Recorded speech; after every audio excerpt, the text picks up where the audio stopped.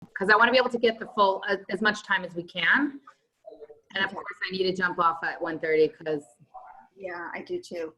But so today's subject is something obviously I'm super duper passionate about because I have a family and I have a spouse. And I think we're always looking to improve these areas of life. At least I am. And I don't think you ever could remain like coasting. It's never cruise control because humans are human. So I'm going to mute myself, and Sarah, I'm letting you take it away. Like, go for it. This is all you, lady. Looking very forward to hearing and learning. Thank you. I just want to mention that today is Thursday, July 23rd, 2020. That way, for future reference, we'll know when this is. And this session is the third of a series of 4 this summer on healthy marriage and family. And I titled it Communication Skills for Relationships in which you feel like you shouldn't have to watch what you say, because one of the big things that happens in ongoing years-long relationships is that we take ourselves and others for granted. And in some ways, that's a good thing. That's, that you get comfortable, you know each other's quirks, and that can be a very good thing. But it can be a bad thing in that you don't use the same skills that you probably have in your repertoire, but it doesn't occur to you to use them with your spouse, your children, your parents, whoever you've known for years and years, even your roommate if it's been a long-term roommate. So I see this in many ways as a wake-up call to open your eyes, take a fresh look at the people around you, because you do have to watch what you say, and it does matter. The other piece that I want to offer as a caveat is that I'm going to go through a series of techniques. One of the things that Manya says she likes about what I do is that I have concrete skills to teach. And these are just simply skills that you could probably find yourself on the internet somewhere. Skills I've learned in graduate school and my practice as a psychologist. But the skills and techniques are worthless if you don't use them when they matter the most. And when do they matter most? When you or your family members are triggered. Last time the whole session was on triggers. Trigger is what happens in your nervous system when something pushes your buttons, something makes you irrational and responding emotionally.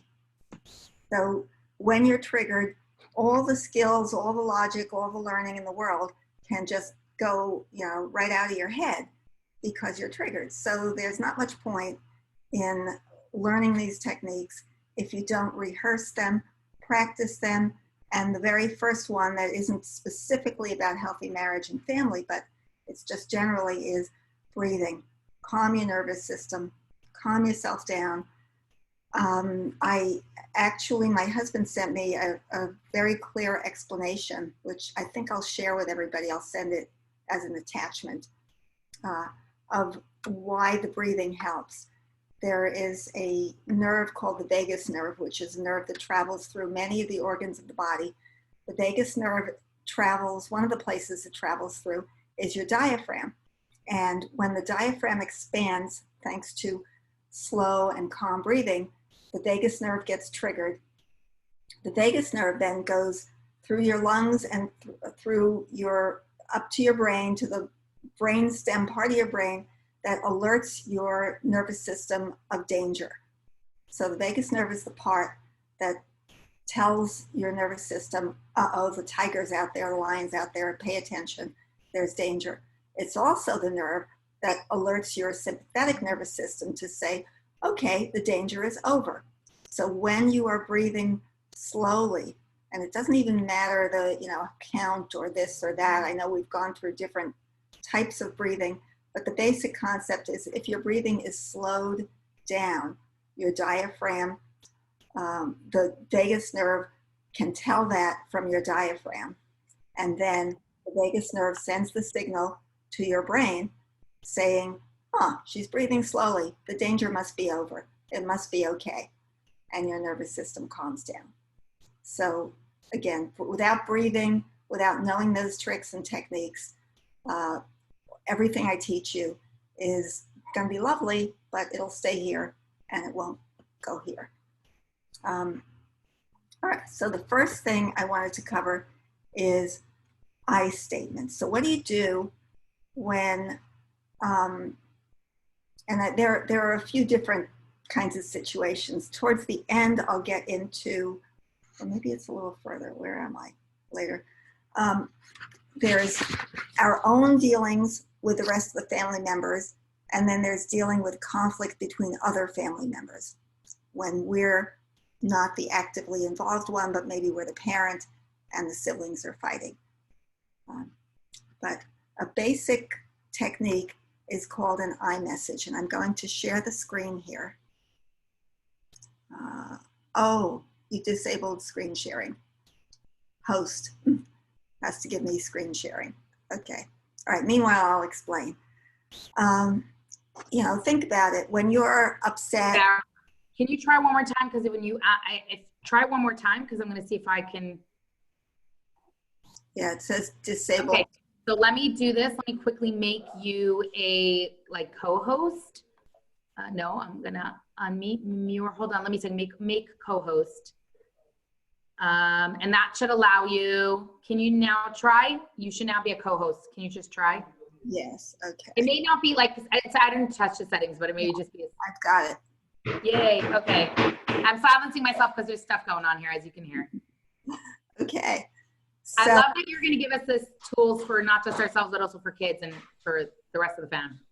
Yeah, well, I love a lot of these kid things because they're very useful for adults and they're simple. And complicated doesn't work for me. Yeah. So when someone's, like, say I'm the person annoying you, if I'm doing something that's annoying you, if you start with criticism, then I'm going to shut down.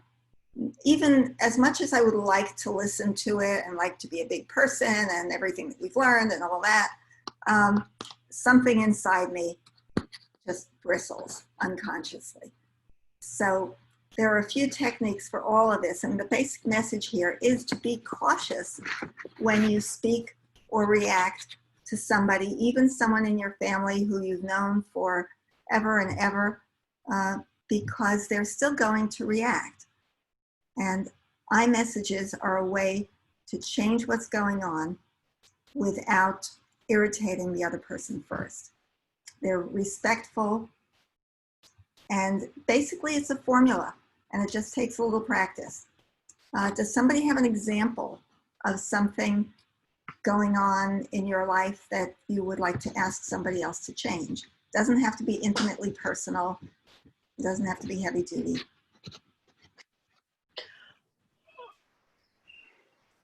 Oh. I feel like this is so classic. Like, I want everyone to clean up after themselves. Like, just clean up after yourselves. I don't know if any of you people on here relate to that. Yes, it doesn't matter. Everyone's capable of it. Like, no one's not. And when I come in after making a meal and I see everything left out, I get angry and don't appreciate it. So exactly. And when you get angry, when any of us gets angry, we lose our cool and can't remember how to do this. Mm-hmm. So rehearsing it first and in various situations before then helps it become more automatic, so that you know you have a tool and you don't have to get angry because you have something that you know can work. So I feel angry or irritated when I come in and see crumbs all over and empty cups and all that right after the egg. When you just walk off and go off and do your thing as if nothing were happening. I am asking you to clean up the cups, you do the floor, you do, whatever specific things. Because there are some pieces here that I couldn't find one that had absolutely everything in it. when you don't clean up after yourself, when you leave a mess, because that means that I have to do it, and I have so many other things to do. It makes me feel like you don't care about me, like I'm a servant, and like we are not partners in this. So I'm asking you to do this, do that, clean that up. And then if you've done this a couple of times, and nothing happens, or the behavior is very upsetting, you could say, if this happens again, for an oneg, I don't know what the consequence might be, but if it's a child not cleaning up after themselves, I will just make very simple meals that don't involve crumbs or cooking. I will keep your iPad until the room is clean. You're going to have to ask me for your iPad every time if I can't count on you to do this. Whatever the consequences are that make sense for that. Okay, this particular one has an example of, I feel upset when you call me names. I'm asking you to stop. If this happens again, I will tell the teacher. That's a consequence. What if it's in the family and someone gets pissed off that you're let's say you're not helping and says an insult to you, like you don't do anything, you never help. Okay. So and just hurls insults at you inside the family, and they're clearly in an irrational zone, and you're telling yourself not to take it personally, but you can't really turn in that moment and just say, you're upsetting me when you call me names, let's say, or when you're making these blanket statements that are obviously untrue. Okay, so you would have to do that at another time. You'd have to do that at a calmer time. And you do run the risk of triggering this person off. It sounds like the person might not be that capable of keeping themselves calm or rational. But at a different time, you would say, I felt very upset or very angry when you hurled those nasty names at me. I understand that you feel like I haven't helped, and so I'm very willing to try to help if you can speak to me in a different way. Can we try that now? Can we try you saying, I don't like it when you don't do right. it. And just see if we can get the person to rehearse that with you at a different time. Mm-hmm. And then as far as a limit or consequence, that would depend on the situation or on the person, on what the relationship is. But you could say, and if you can't do that, with all due respect, I'm going to just turn around and walk away when you talk to me like that. I can't deal with it and deal with you when you're being unreasonable like that. I will happily discuss it with you afterwards. And if you ask me nicely, I'll be happy to change it. Okay. Any questions about that in general? And as far as teaching this to children, it's simple enough. Oh, you're muted, Manya, if you're trying to say something. Okay, sorry. There's so much background noise. They're installing an oven. Meaning, I feel like there are so many of these things that, first of all, I love the idea of trying to teach this to children, because then we're empowering them to communicate more efficiently and in a more healthy way. Even if we're not necessarily modeling that, right? Even if with our spouses or within the other relationships, we have a hard time modeling that, we're still really giving them tools of like, sorry, there's so much noise. I'm going to just mute myself.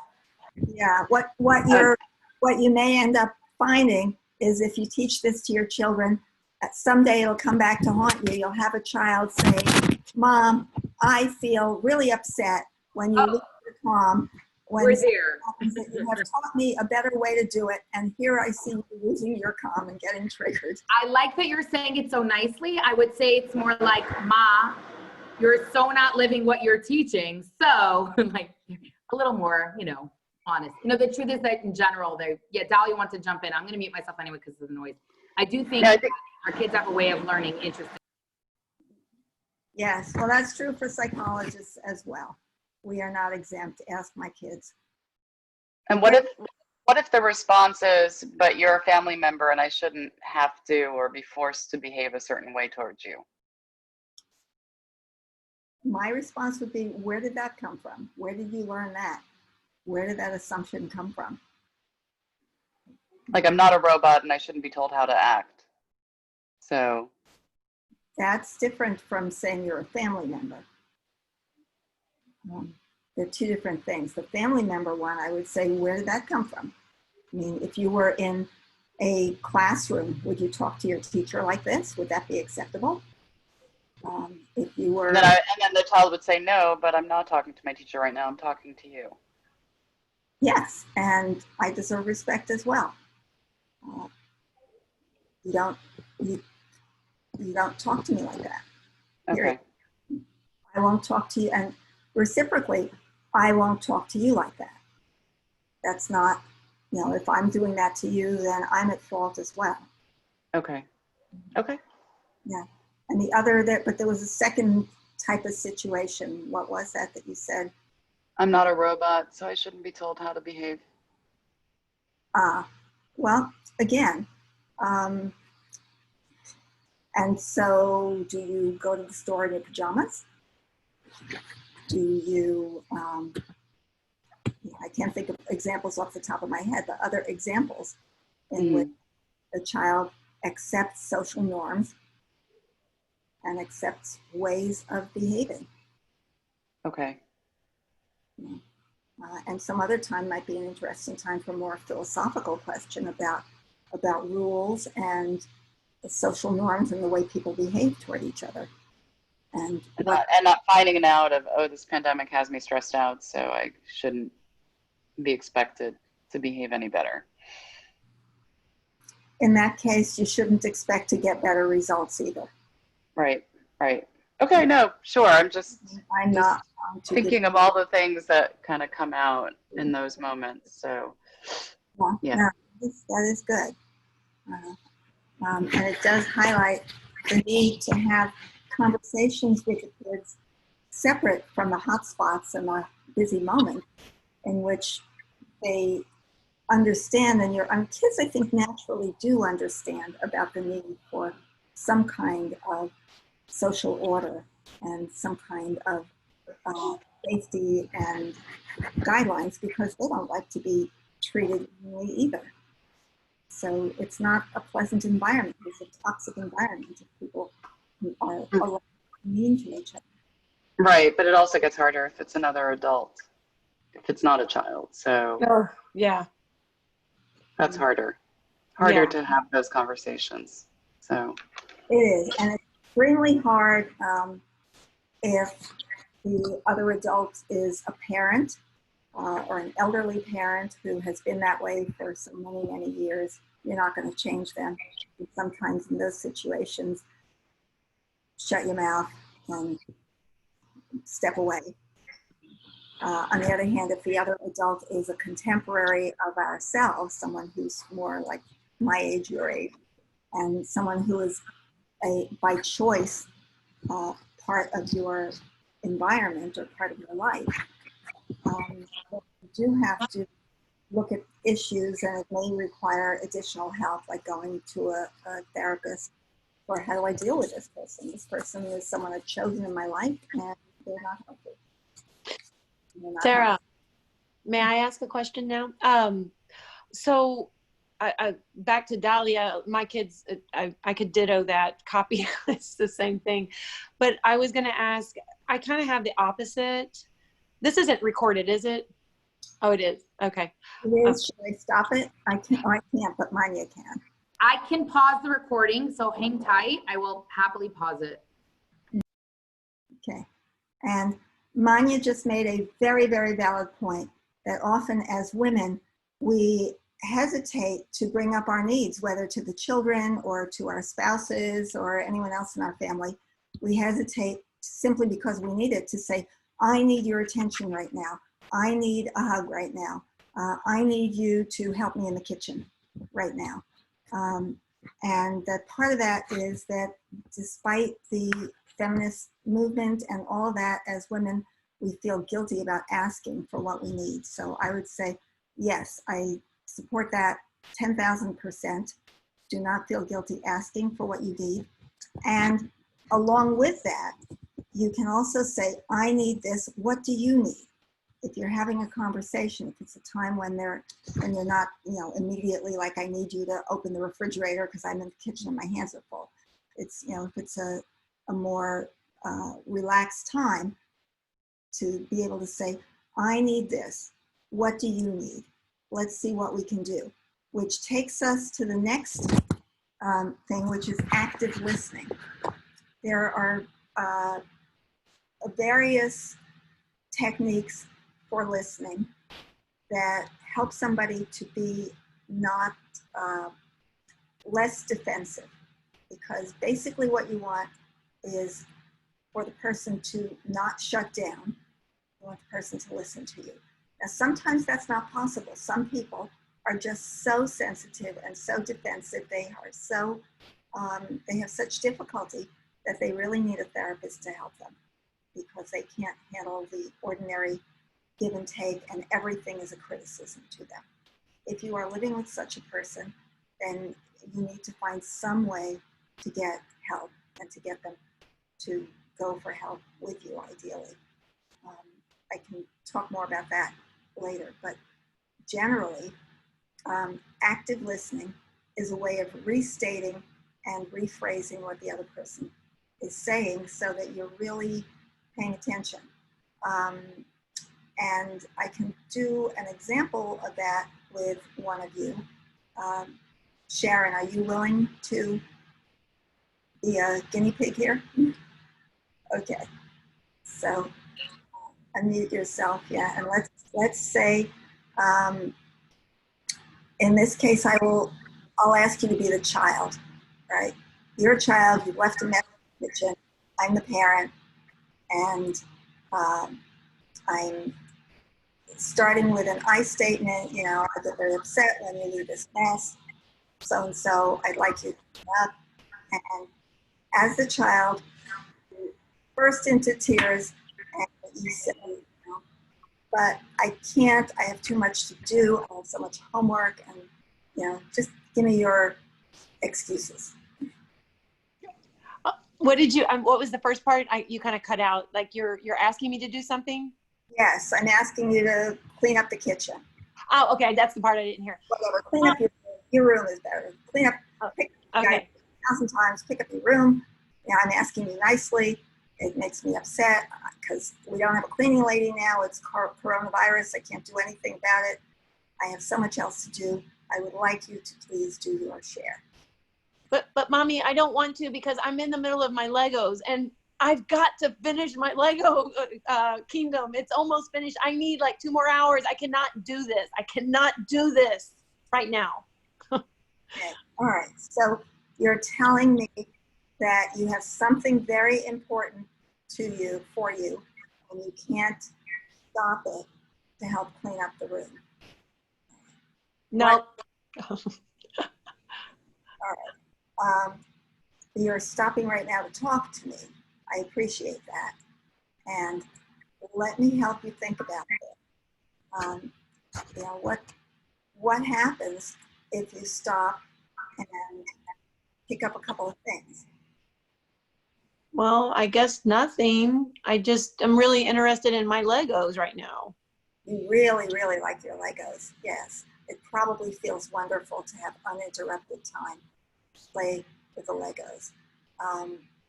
Maybe there's some way we can do a deal. How about if I said, how much time do you want playing with Legos?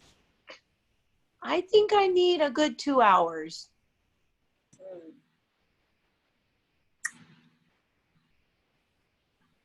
All right, we can try 2 hours this time. That's one option. I'm trying the other option. The other option is I can't give you 2 hours because that takes us to bedtime. We don't have 2 hours, or I can't give you 2 hours because grandma's coming in a half hour. Whatever it is, you can't have 2 hours. But I can give you 45 minutes. How about I set the timer for 45 minutes? I like that. I'll come in and I will help sort it. But then another time, let's check in when we want to play Legos, and we'll make sure there's nothing else that I want you to do or that you need to do. And we can set the timer for 2 hours, and I will not bother you. And you can have 2 hours of uninterrupted Lego time, and I can even promise you your sister will not bother you. How's that? A deal. I thought that was just the active listening part of really stepping out of your own distress and seeing it from the perspective of the other person. And to let them know that you're listening, you restate what they're saying. In other words, it seems to be really important to you to have uninterrupted time with the Legos. So that's the fact. And then the feeling is that must feel very good. So to help them to know that you're there and listening. In and of itself, that helps. That's active listening. And then the empathic listening part is kind of beyond active listening. It's paying attention to the feelings. And I started to do that a little bit. It's to be able to say, you know, this really means a lot to you. I guess it helps you feel good. You feel like you're accomplished. You know, it must be a nice thing to be able to make things and build things and have that sense of accomplishment. So empathic response is paying attention to the feelings there.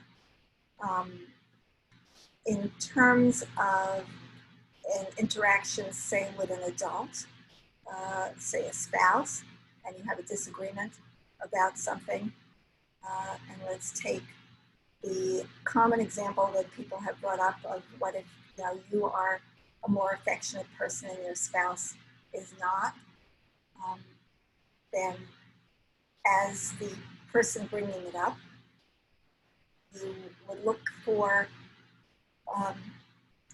you know, well, what you're saying is that it's just not your style to be that affectionate. And I'm trying to understand that. But I'd like you to please understand that I need a hug, you know, once or twice a day. Is there something that you need that I can fulfill for you? Do you prefer to be left alone at certain times? Do you prefer to have things done a certain way? But I do need to be hugged. And as I said earlier, what Manya pointed out, as women, don't feel guilty about that. We're entitled. There are plenty of men that like to be hugged too, but if yours doesn't happen to be that way, or vice versa, if you're a man listening to this and the woman in your life, or the man in your life, is not particularly huggy, you're entitled to ask for what you need. The other important part is to judge the behavior, not the feeling and not the person. In other words, the behavior is you want a certain response. I want a hug, I want a calm response, I want your cooperation. It's a behavior. It doesn't mean, I mean, under no circumstances do you allow yourself to say, and you're a terrible person for not giving it to me. Whether it's in voice, in words, in body language. You know, so check your tone of voice, your intonation, your body language. So much of what you say is in how you say it. You know, you can say, wow, I really love when you do that. Or you can say, wow, I really love when you do that. Okay? It's your body language and your voice tells a lot. Sara, there's some background noise by you. It sounds almost like static. I don't know what it could be. Oh, is that better? It might be the page. Yes, much better. Much better. Oh, That's okay. okay. All right. No, thank you for telling me. One other thing I wanted to mention was assumptions. That we really do damage to ourselves when we assume. And some of you may know this. If you use the word assume, is really you're making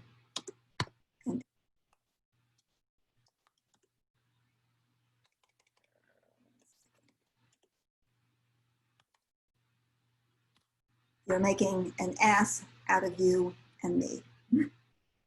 Okay.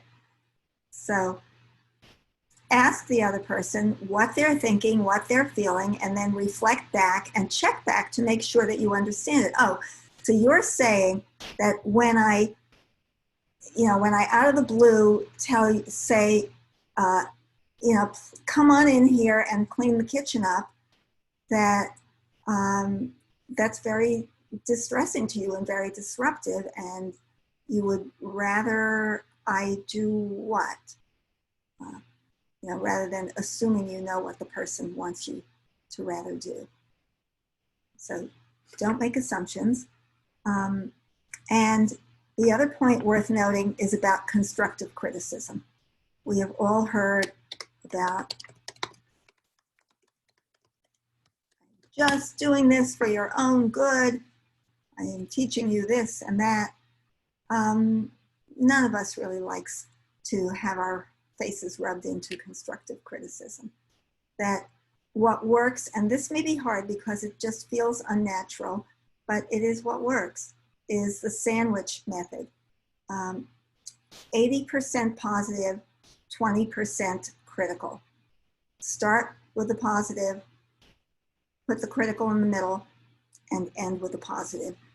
But make sure it's honest. Now, if you're looking— I was going to ask you about that because it could seem really a little bit, it can seem a little scripted and contrived. And like, if you're dealing with a smart crew, they're going to pick it up real quick, like. Yes.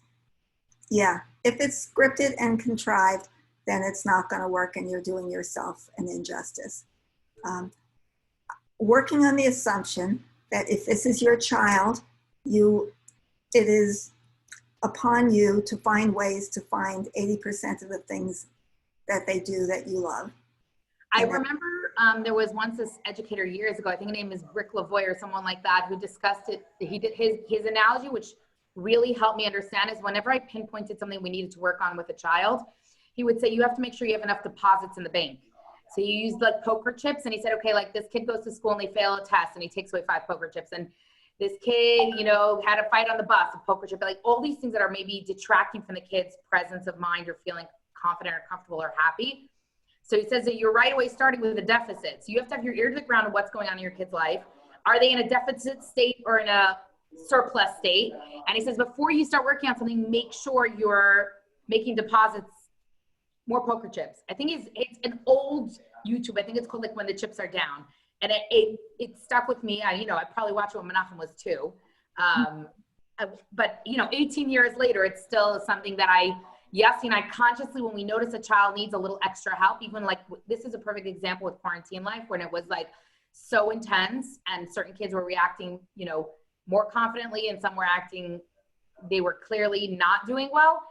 Yessie and I'd be like, okay, we gotta make some deposits. We gotta make some deposits. This kid has to have some wins before we could start working on changing the behavior. And I think it was just like I'm so concrete. I need the visuals. Like Dahlia's visual yesterday of walking in the field with the tall grass just like really clicks with me. So I just wanted to share that because I think that is a huge factor when we're trying to.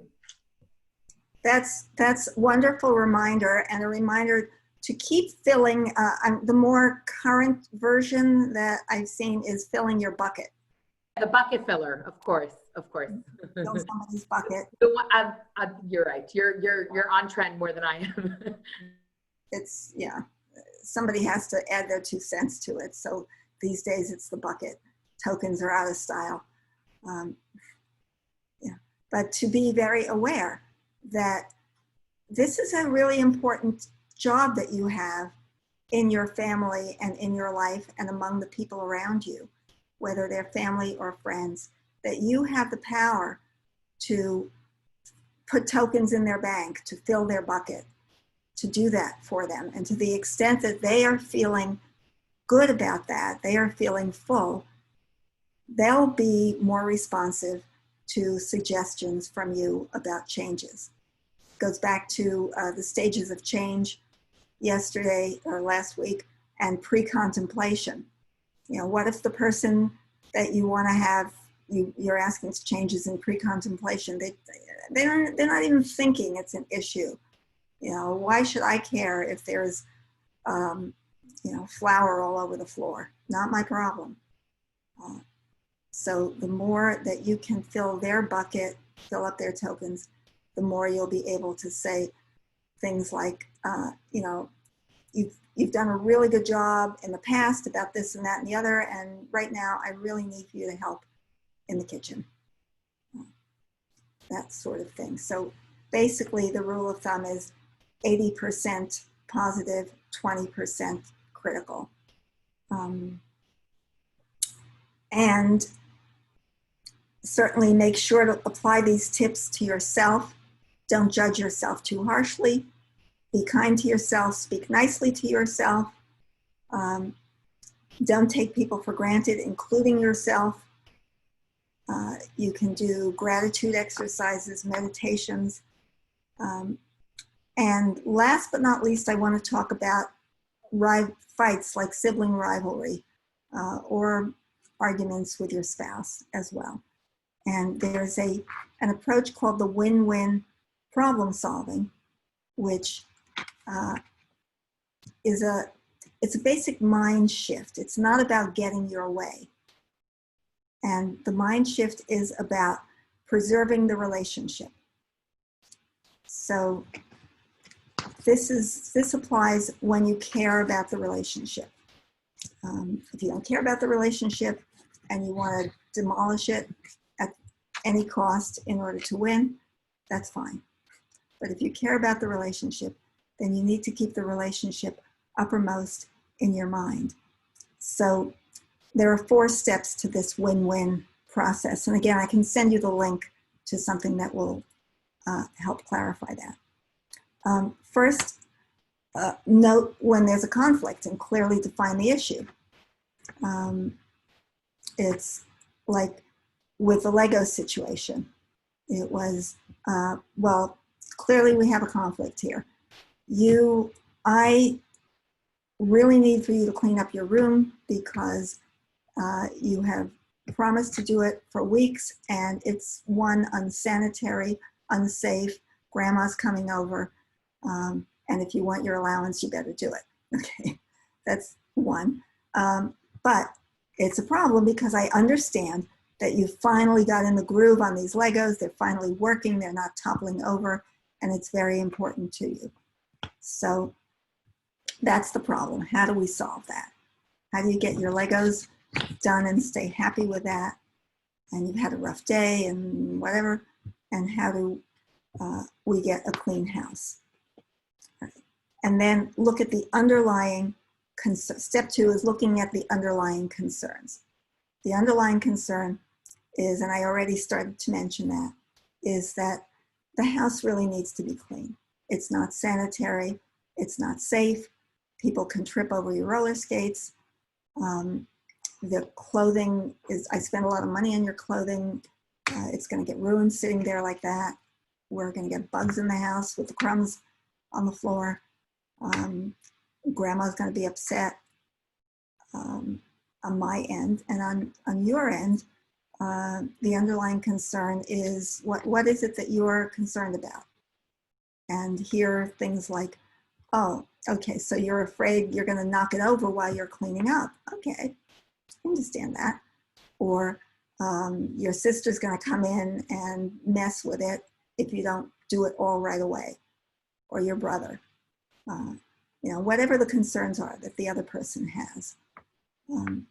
And then the third step is to find a solution that responds to all that, and that's a win-win kind of solution of trying to figure out something that will work for both. Well, how about if you, we set the timer, you spend 15 minutes cleaning up, and how about we put the Legos over here in a corner where they won't get messed up, where nobody will touch them, and I'll make sure that no one walks in.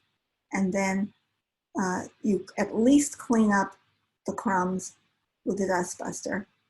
And then you can build for another half hour, and then you finish the cleaning up. That way you get to make sure your creation gets saved. And at the end, I will take if the room is clean, I will take a picture and you can keep it for posterity. Okay, so it involves creative problem solving and some solutions. And basically it has to do with figuring out ways that each person gets heard, each person's needs get acknowledged, and they come to a joint solution. Let me see if I can find you. Let's see if this will share the screen with, if I can share the screen here.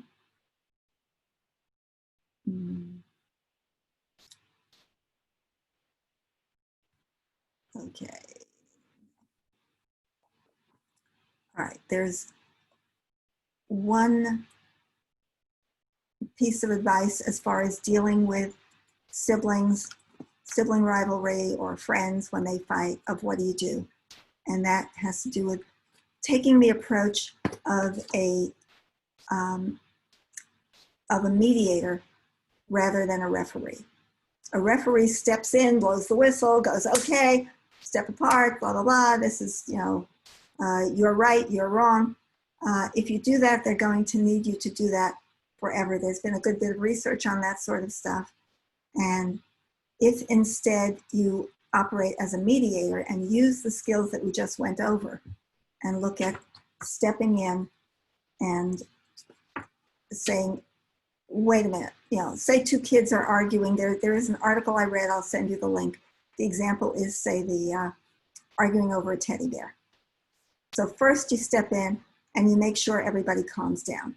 This involves take the teddy bear, put it up on the shelf, and we're not going to deal with it until this gets resolved. That's a step that we often leave out, and we want to try to solve it while everybody's emotions are still in the middle of everything. And it's interesting you say that, because I think so often once you remove the object from the situation, they're ready to, like, it's like when the object's there in their face, they're like more and like once the object's out of the way, you can kind of dig through what's really going on here. Yeah. I love that you included that, because that's so practical and makes sense. You're also indirectly teaching them that if it gets to where you have to get involved, you're going to remove the object and nobody gets it for a while. So if they really want to have a quick solution, they will figure out that they should figure out how to solve it themselves. I mean, a lot of times the kids just, I mean, do we have to do this mediation all over again? We got to do this again. You know, it's like, well, just solve it yourself then, okay? But if you make it clear that if you need to be brought in, you're going to stop the scene, take away whatever they're fighting over, and if it's a privilege or something, whatever it is, they have to sit down and calm down, and they need to calm themselves down. Then you can go to the next step of one by one. And this is actually, this comes from back when I was working in special education. Teachers were trained to teach kids how to be mediators. And there were peer mediation sessions that kids could go to where they went to another peer, asking someone their own age to mediate between them. And so these are steps you can teach to kids. This was middle school. You could teach the kids that the step one, the mediator turns first the rules. The rules are that each person gets a few minutes to talk. While the first person is talking, the other person does not interrupt. And then we do active listening to make sure we understand what the other person has said, and then turn to the next person. So in this case, it would be, you know, separate and first turn to child one, and you can choose child one by flipping a coin or whatever. Choose child one and tell me your side of the story. What do you believe happened? Okay, and they say, you know, okay, so it sounds like you're saying that you had the bear first, you were holding it, and you just put it down for a second while you tied your shoelace. Is that correct? Okay. Then you turn to the other person. You say, and what's your side of it? And they say, I didn't see him holding it. I just walked over and the bear was sitting on the ground, and I picked up the bear, and the first thing I know, he hits me in the face with it. Okay. And what was your reaction to that? How did you feel about that? I was really upset, whatever. You can do it that way as the mediator, and eventually you don't have to do the mediation. You can coach the kids for how, like child number 1 will say, I had the bear first, I was here, I was playing with it, and I just put it down to tie my shoelace. And then you turn to the other child and say, can you tell them back, can you reflect back what they said? How do you understand it? And you coach them to say, okay, it sounds like you were saying that you thought you had the bear first because nobody else was there, but that's not true. And if they're messing it up like that, then you go back and you help coach them to how to be an active listener, basically. And then the other way around. Once that's done, then you ask that person to tell their side. And you ask the first child, now can you reflect back what you heard and what you think Sammy said? And then that child would be saying, oh, Sammy didn't realize that I had the bear and that I just put it down for a minute. Okay. And then it becomes much easier to say, okay, so it sounds like there was some kind of misunderstanding. Anybody have a solution? Sarah, I think the steps you're describing seem so overwhelming when you're like, it sounds like another full-time job. Like when you right away hear it. But what I have learned is it's really an investment, and it's not all or nothing. If I can do some of those steps, and some of those steps I can be like, let's just hear each other out, and like bit by bit, then I can really help my kids and give them tools that are forever. So sometimes it's not always for me about seeing the results of this fight being solved properly, but sometimes it's knowing that I'm investing in their long-term skills. Yes. And I have seen it shift. Like I have seen the kids be able to take more ownership or solve it themselves, or sometimes I'll hear them getting into an argument and figuring it out and arguing on their own because they're developing skills. I think we have to remember and I think it's also for ourselves, it's not all or nothing, it's steps. So I just feel like right away when I hear what you're saying, it's like sounds so amazing, but it sounds so overwhelming. So I just wanted to throw that out there if it sounds overwhelming for anyone else. Exactly, and that's where can you see this article, Parent Mediation Empowers Sibling Conflict Resolution? And there are a number of those articles. I did look them up. Training parents to mediate sibling dispute affects children's negotiations. It's an investment. Yes, there is definitely research, and the research is old. This was 2007, 2008. It's been around for over 10 years. That's something else. But it's very clear that these things, it's an investment, it's teaching the kids, and ultimately it saves time for you. Now, I can't say that I do this with any reliability, and having chosen to teach this to you makes me very aware that I need to kick back in gear and do this with my grandchildren, because I have 4 at once who there's often a lot of argument over who had this. That's why Perkayeva says that we learn most from our students. It's not so that we learn from students. We learn when preparing to teach our students. Yeah, I mean, I have to admit, in our little 3-foot deep swimming pool with everybody screaming, stop it, or I want that, or don't swirl the water and stop splashing, and that it will be good for me to keep my cool. And even if I have to say, everybody out, and let's hear everyone out and settle this before we go back in. And it definitely is better than me deciding, you stop that and you stop that, because the kids, if you do it that way, the kids definitely feel like you're against them. It's, you're always blaming me, or you're always thinking it's my fault. So that is it. Let me recap quickly that. Sarah, I feel like you gave us so. There were a lot of individual tools. There were a lot of individual tools and techniques, and I can share my little script with you with the. So the other thing I wanted to say is that I was thinking that I could ask Jessie how we can put links to those files on the bottom of the recordings. Okay. Something to think about if you're comfortable putting that out there. Okay.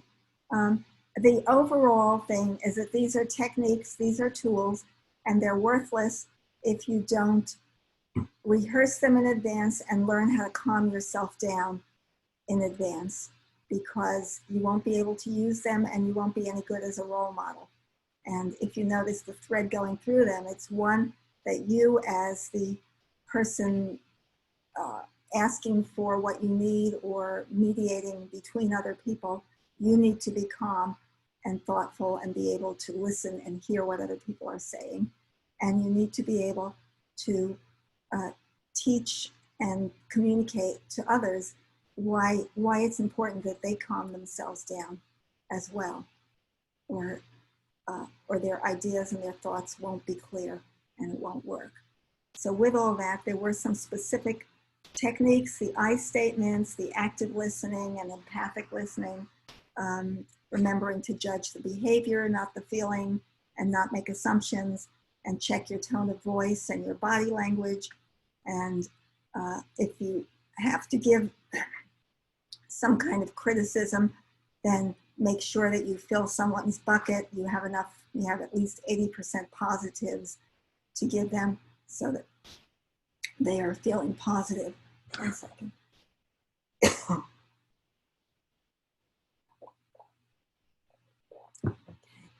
And make sure, my voice is gone. Make sure that you apply this to yourself. Okay.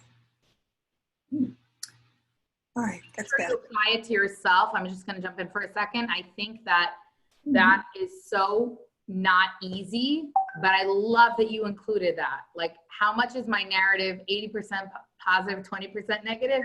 Like, my own, like, the bar I'm holding myself to. And I think we also have to be kind to ourselves. And you've said that so many times.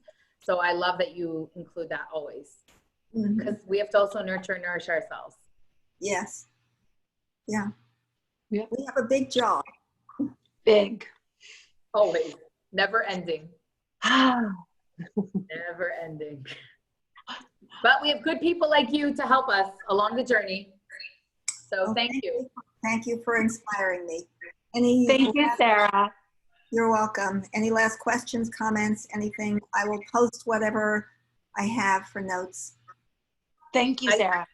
Yeah, thank you. I want to let a lot of the ideas, like, it's like good to hear. It brings things to the forefront. A lot of work to do. I love that. If you can share that I in the children's form for I language, that would be super helpful. Yes, absolutely. And next week I will address the issue of self-esteem. That'll be good. I think a lot of our challenges come from that, right? Like, it's a lot of it. Self-concept within ourselves and for others, for our children. Woo! Thank you, Sara. I'm looking forward to next week too. Thank you, Sara. Thank you, Manya. All right. Have a great week, you guys. Thank you. Bye.